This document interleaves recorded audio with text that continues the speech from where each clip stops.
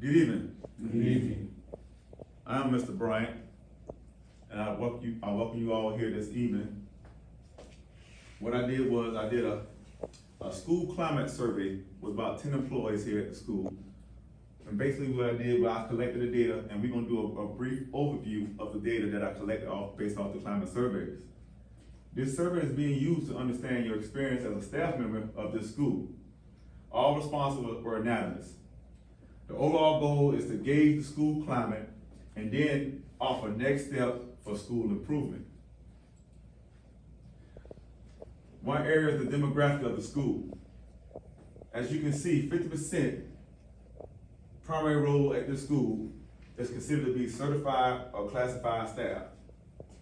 And that's your custodians, cafeteria workers, and also your librarian. Over here, how many years have you been working at this school?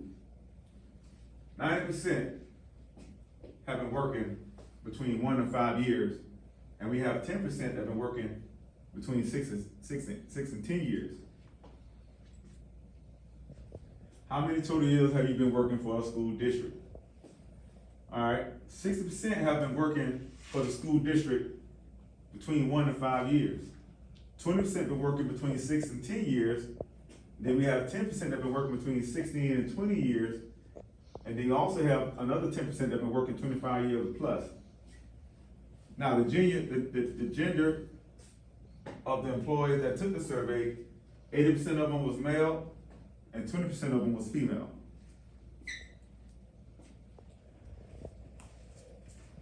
One of the questions was, do you like working at your school? 6% strongly agreed that they like working at the school. 40% agreed. Now, some of the reasons why they probably strongly agree that they like working at the school because of the morale here. All right, you know, the morale of the school, how the teachers and administration promote or award the kids that are excelling or that are making great academic achievements, and not only academically, but also along with the extracurricular activities. We have different organizations here that kids that are involved in outside of academics, and then, you know, kids also would like to be involved in something positive, and teachers would also like to be involved in something positive, and they like to brag about their school. So the morale is one of the key things why I believe 6% strongly agree that they like working here, and 40% agree. Now, based on the other staff like working here, you see that it's 60% and it's 40%, and it's basically based off those two things. Because I know one thing here, that our teachers are recognized for their hard work and dedication. All right, and also our custodians and our cafeteria workers, they also recognized for their hard work because of the custodian week. You're celebrating for custodian week.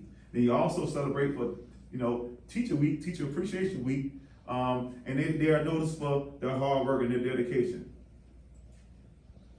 Staff turnover at the school, is it high? As you can see, 60% shows that they agree with the staff turnover being high, 30% disagree, and 10% strongly agree.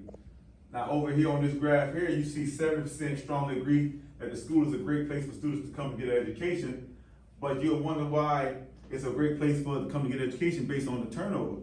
Well, the turnover can come from a lot of things, such as, you know, you have teachers based on the COVID that took place.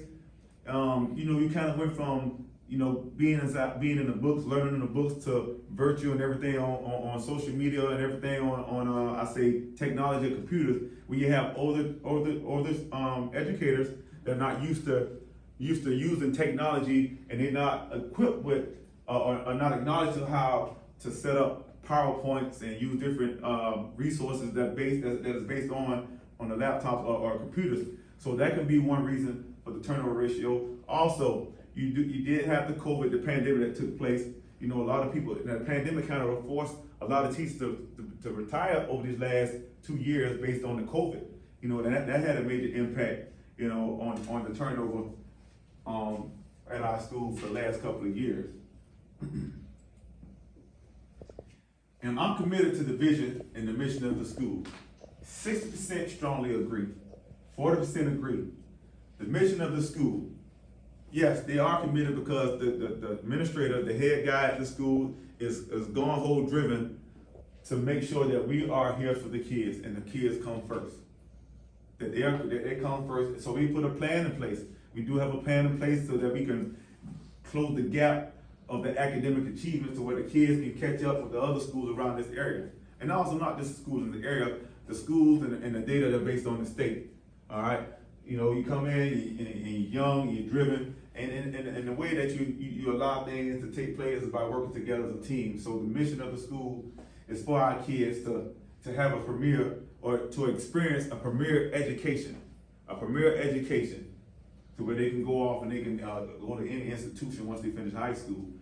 Many things are broken or damaged at my school. As you can see, 60% disagree, 20% strongly disagree, and then 20% agree that many things are broken. And that's pretty much is based off, we may have a cracked glass here or a cracked mirror there that is being worked on. And you could look at the situation for as far as like employees, you know, not enough employees working in the field of technician to where they can come and get things fixed. And you can look at the finances, how much the school budgets are coming from things you can talk about or you can use for that reason to be.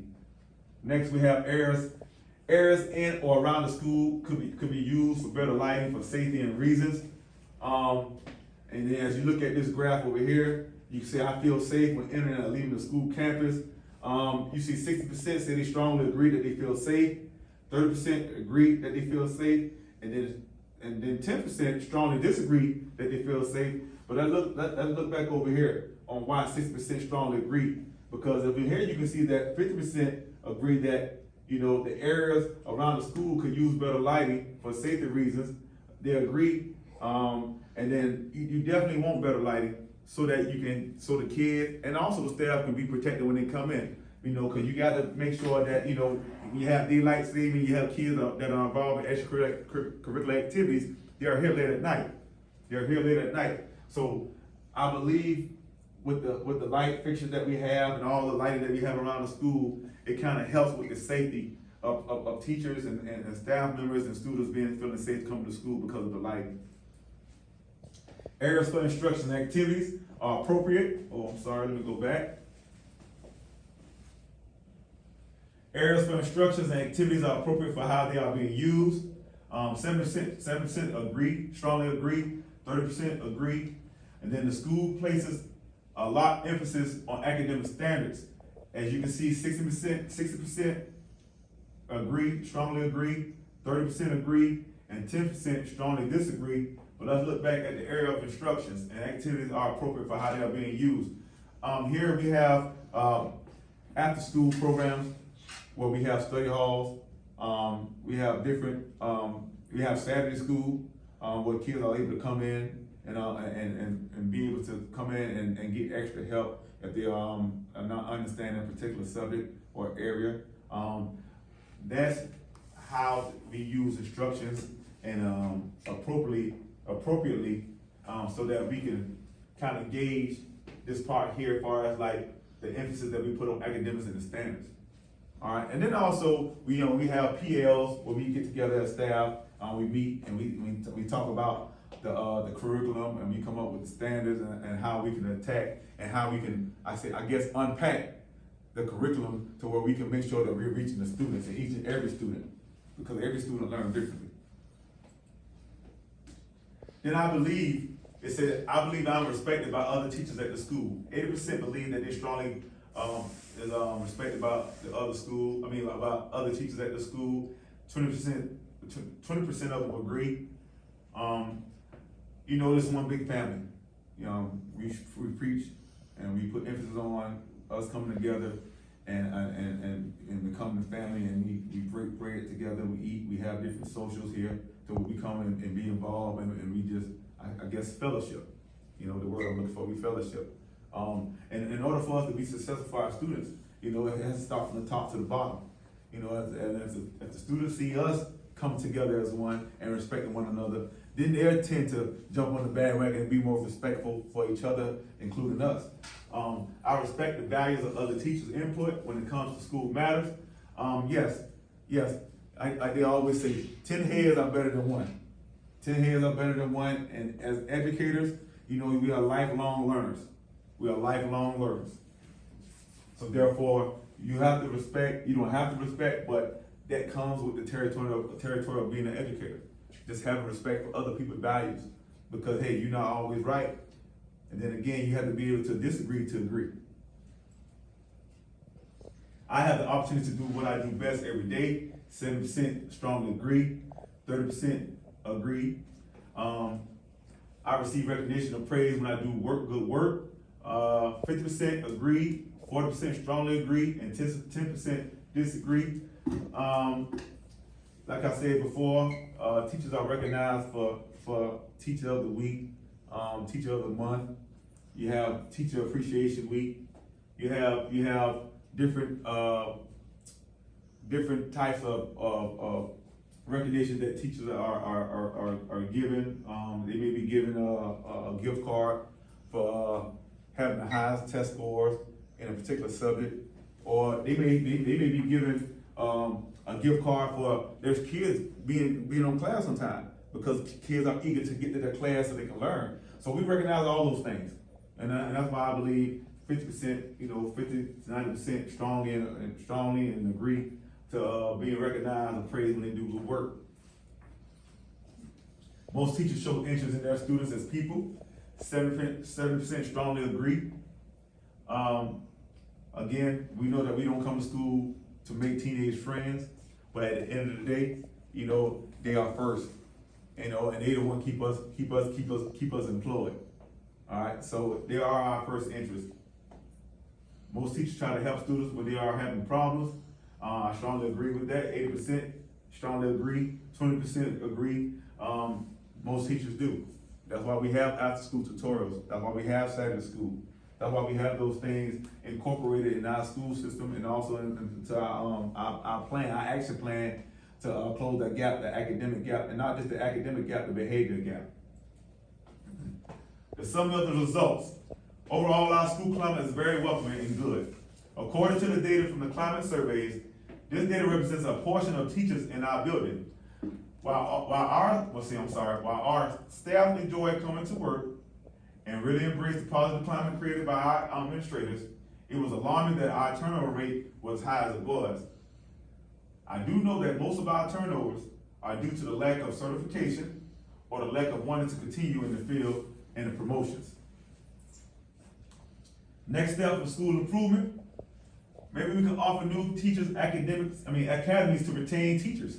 Maybe we can offer different academies to retain teachers. Create a safety committee that can look for even more ways to provide a safe campus. All right, and put in more cameras that go along with the lighting. Collaboration among school improvement teams to work to continue to increase test data. All right. Sometimes you have to work based off your data. All right. You have to work based off your data for improvement. And last, involve district leaders and community stakeholders in the day-to-day operation of the school. That concludes my survey, climate survey. Are there any questions? No question. All right, one question I do have is, I noticed that you have a lot of males working in your school. Mm-hmm. So, was that intentional, or it just kind of happened that way with y'all with time? Well, when dealing with the school with our cultural background and demographics, yeah, it's highly needed for males to be present, because we try to bring in positive males to be an influence on these young men that we have here that are that lives in a high poverty, area, that don't see people that worship the same place they worship at, listen to the same music they listen to, and maybe eat at the same restaurant they eat at. So I feel that we put emphasis on having positive male role model here at the school. So that's why you may see something like that, to where there's more males than teachers here. I think one more question I do have is that I know it was alarming to you. It was the turnover rate. I see you got New Teachers Academy. Can you elaborate what might happen in the New Teacher Academy? Well, what we'll do a simulation, far as like, you know, putting teachers in a situation to where they're able to,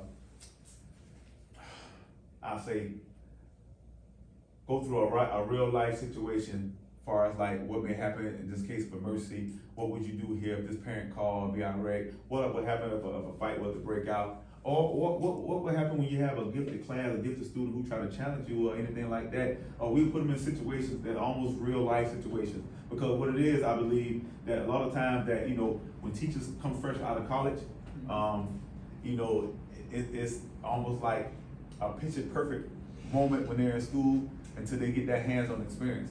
And when they come in blindsided like that, it's like, wow, you know, it's a mind-boggling moment. So if we can just come up with different academies to kind of simulate, you know, a real school situation, maybe we can retain more teachers, because the teachers are coming out young nowadays. All right, and at one particular time when we were growing up, you know, teachers went to school because they wanted to be teachers. Nowadays, you got people going to school because of the vacations, being off on weekends, you know. So that could be one of the reasons. I got a question. Yes. So the collaboration among the school improvement to get the testing increase, what's the difference? It's the collaborations amongst the school improvement, the teamwork to get this. Well, mainly my question is like, what is it? more collaboration student- among school improvement teams to work to continue to increase the test data. Basically, we whenever you give standardized tests, all right, you look at the different areas that the students are weak in, right? And then you look at the areas that they are proficient, or they're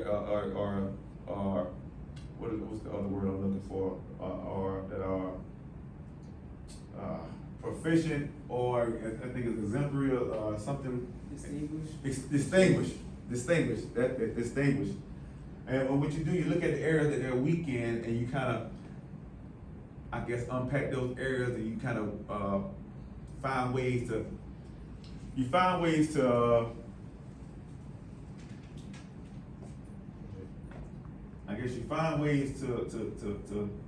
focus on those areas, target those areas, so you can show improvement.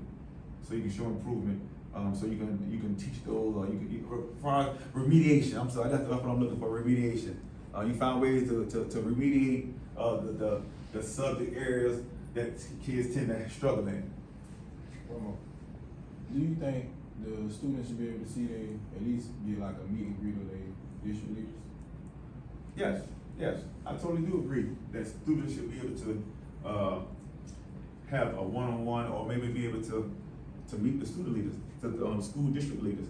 That I think that should be, and not just the students that achieve the highest grades. It should be students that are average, and also the students that, you know, that tends to struggle. I think all the students should have opportunities to be one-on-one or be in the presence of the school leaders. That's a good question. That's all. The involvement of district leaders and community stakeholders, you see that being more individual as far as district leaders, or more corporate? You think it would be more affable to go into the corporate environment and bring district leaders or community leaders in that way, or individually? Well, in a sense, it comes, I say corporately, because, say for instance, we have a program that ties with our school, and it's a construction program, you know, where it gives kids who are not going to college a trade, an opportunity to be able to go and work, you know, and take a class where they offer scholarships, where they have to go through a 20-day class to earn scholarships, to be able to work at a strong or a business without having a high degree.